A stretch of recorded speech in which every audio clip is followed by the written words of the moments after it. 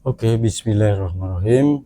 Di depan saya ada laptop Lenovo IdeaPad 300 dengan prosesor Core i3 Core i3 Gen 10 kalau nggak salah. Ini Gen 10 dengan stiker ini dia masuk dalam kategori Gen 10. Ini masalahnya nge-blue screen. Ini blue screennya karena ketika Windowsnya update itu laptopnya dimatikan secara paksa, karena yang punya itu tidak sabar itu menunggu loadingnya update dari Windows tersebut. Jadi mengakibatkan ketika Windows update itu harus diselesaikan secara sempurna, kalau tidak maka ketika terpotong jadi penginstalannya itu hanya separuh, jadinya error atau jadi Windowsnya korup. Nah, untuk saat ini akan diinstal ulang dengan Windows 10. Tadinya juga Windows 10, ini akan diinstal ulang juga dengan Windows 10 yang terbaru, yaitu 22H2. Tetapi lagi-lagi di sini saya akan menggunakan Windows 10 yang versi light, yang ringan, mudah untuk digunakan dan stabil dalam pengoperasiannya. Ini saya di sini menggunakan portable dari flash disk. Ini SanDisk, ini cukup awet. Ini SanDisk ini udah saya pakai 5 tahunan, bahkan sampai 8 tahun ini. Oke, tak perlu basa-basi, kita lanjut eksekusi, kita install ulang. Oke guys, ini Lenovo itu kalau mau install ulang itu memang agak sedikit ribet. Ada yang pencet Fn plus F2 untuk masuk BIOS. Ada juga di sini kalau yang tipe ini itu ada lubang kecil di sebelah chargernya, itu ada lubang kecil yang harus ditekan. Itu ditekannya harus dengan jarum itu untuk bisa masuk ke BIOS.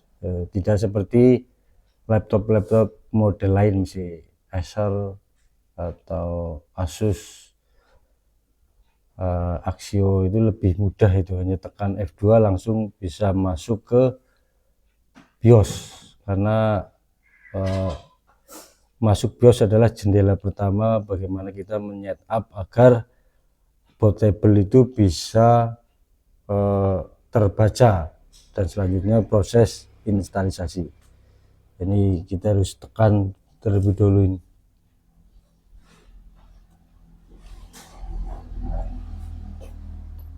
Ini baru loading untuk masuk ke BIOS.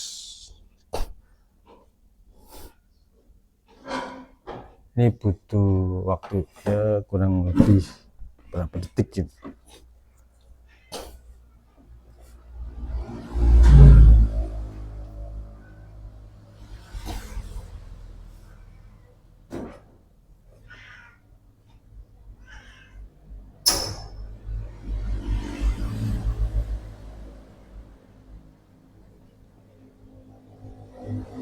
Nah, ini udah masuk ke menu Lenovo button menu. Itu yang pertama normal startup, ini masuk ke, kalau sudah jadi instalannya udah masuk ke Windows. Yang kedua BIOS, ketiga buat menu, dan yang terakhir adalah sistem recovery. Ini saya inginkan di sini adalah masuk ke BIOS setup, untuk mengatur loadingnya portable dari flash disk. Oke.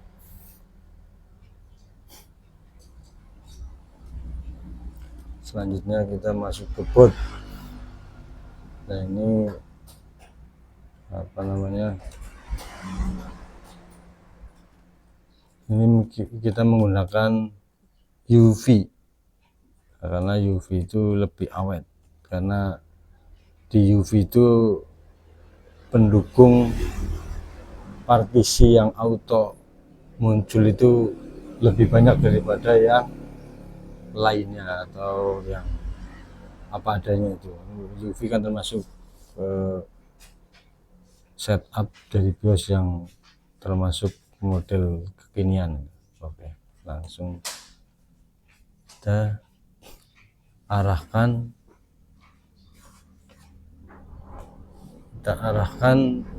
USB device untuk sebagai bootable. Nah, ini pun harus pakai FN juga, nggak bisa langsung tekan F7 atau F6 untuk ngedrag ke atasnya gitu. Ini setelah ini kita langsung exit, shift dan change, jadi keluar dengan disimpan dengan adanya pergantian. Oke, ini kita pasti akan masuk ke bootable flash disk yang sudah dipasangkan.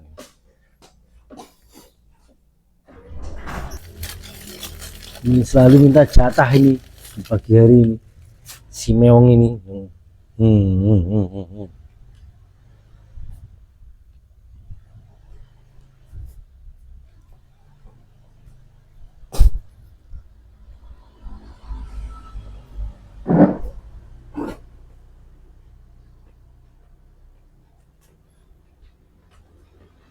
Nah, ini udah masuk, menyeting ini, diarahkan ke yang defendernya on. Oke, next.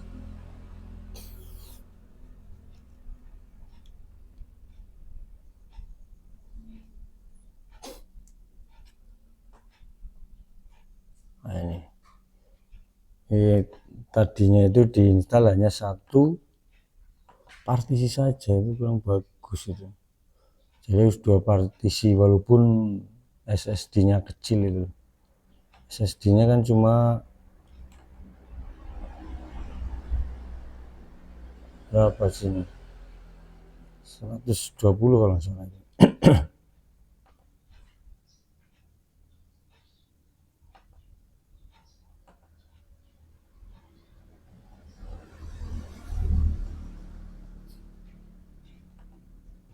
Oh,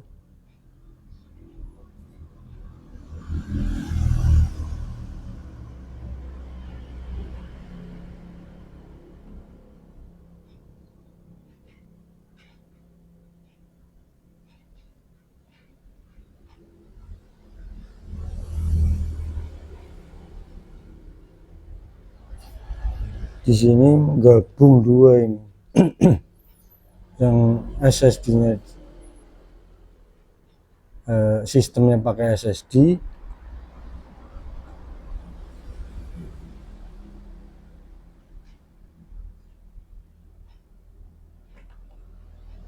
ini maka akan saya hapus semua, akan saya partisi ulang semua biar nyatu jadi satu ini. Nanti untuk memudahkan biar terbaca ini pakai, masih satunya pakai HDD ini. Ini saya akan bagi dua, jadi 119 saya akan buat sistemnya di partisi 85 cukup, 85 GB untuk sistem.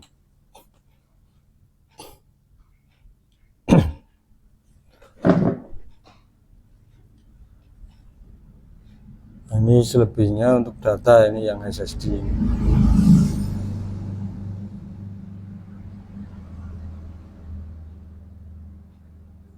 Ini yang 500 GB atau terdetek 465,8 GB. Saya akan jadikan data semua biar nanti terdetek. Kalau kemarin itu nggak kedetek gitu loh. Jadi data dan sistem itu jadi satu gitu loh. Data dan sistem jadi satu. Makanya di sini saya partisi ulang.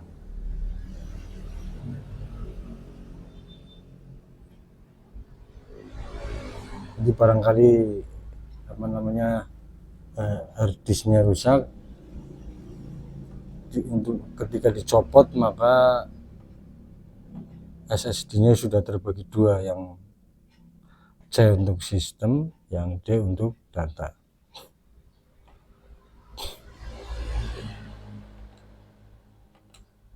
Ini yang bikin lelet ini ya DD-nya ini. Sebenarnya SSD-nya kenceng ini. Ini coba nanti kita lihat kalau sudah terinstall, kalau apa namanya terhambat loadingnya maka diambil saja nih HDD-nya. Nah, kita langsung masuk ke instalasi. Next.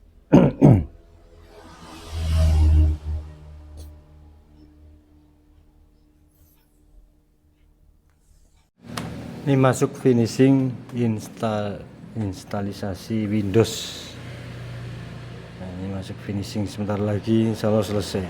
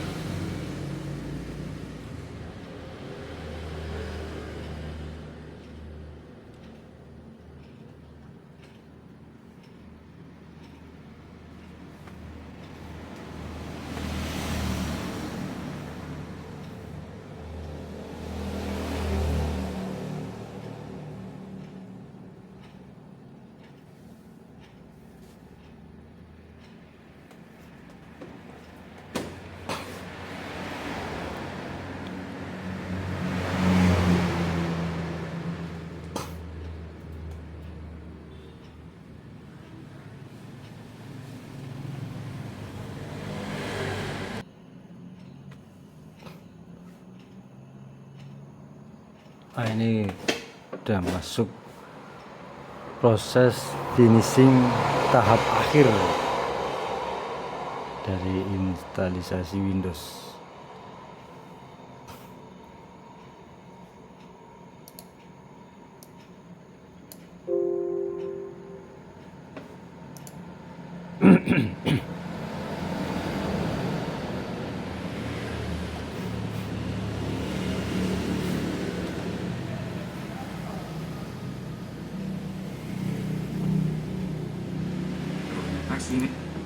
Kabar baik buat para pecinta HP Xiaomi, pasalnya perusahaan Tiongkok. Alhamdulillah selesai sudah ini. Wow, ternyata ini keyboardnya rusak lagi ini.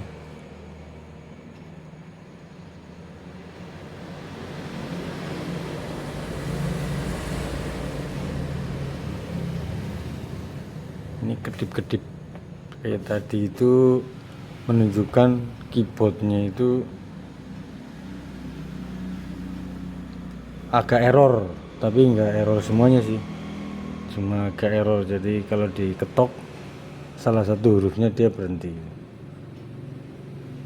Nah ini kan semuanya terdetek. Ini Windowsnya saya cabut. Oke.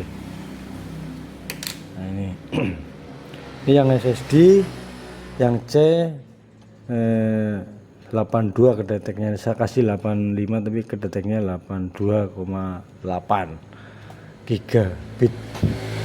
Terus yang buat data 36 gigabit, ini cukup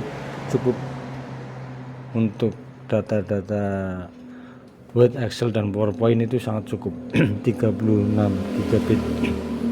Ini selebihnya dari HDD itu 500 gigabit, terdetek memang hanya 465 gigabit. Ini datanya ini sudah cukup lega ini. Mudah-mudahan yang C ini, yang E yang E ini lokal E ini nggak rusak untuk data yang untuk simpan video dan lain sebagainya, itu cukup. Nah, ini Windows 10 Lite ini yang saya suka, ini kecil sekali, cuma 5 GB, kecil terus ringan dan stabil. Yang dicari kan Windows gitu.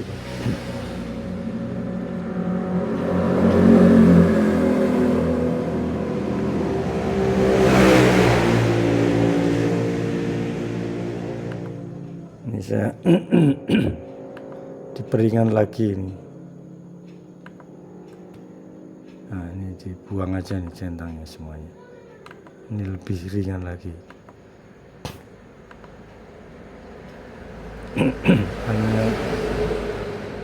RAM-nya itu kayaknya cukup kecil ini. Nah, RAM-nya cuma 2 GB ini. Jadi cocok sekali ini Windows 10 Lite diterapkan di laptop Lenovo IdeaPad 300. Oh, ternyata ini cuma tipu-tipu ini. Di dalamnya Intel Celeron N350. Ini di stikernya Core i3. Ini penipuan ini.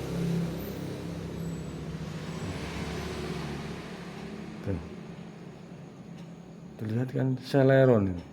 Kalau ini nggak bisa ditipu ini. RAM 2 GB, prosesor Intel Celeron N3150. Nah, sementara ini di stiker sini ini Core i3 ini.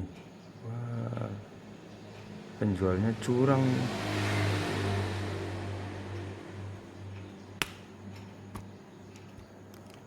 Penjualnya curang ini. Ini memang punya user, bukan punya saya, jadi ada masalah bagi saya. Memang yang user ini bilang Windowsnya bermasalah, yaitu nge-blue screen. Tapi alhamdulillah setelah diinstal normal jaya, tidak ada satu kendala pun, normal semuanya.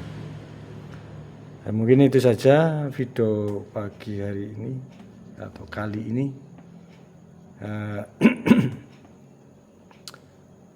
Cukup sekian karena sudah normal, jadi cukup sekian dulu. Untuk kita ketemu lagi di next video dengan servis-servis yang lain, printer atau yang lain, nanti tergantung Allah mendatangkan customer dalam bentuk apa nanti untuk diservis. Kita cukupkan sekian. Selanjutnya ini diinstal driver, aplikasi dan lain sebagainya. Printer juga mungkin diinstal juga. Nanti yang punya owner itu punya printer, nanti akan dikasih driver printer juga. Sampai di sini dulu videonya. kita jumpa lagi di next video. Assalamualaikum warahmatullahi wabarakatuh.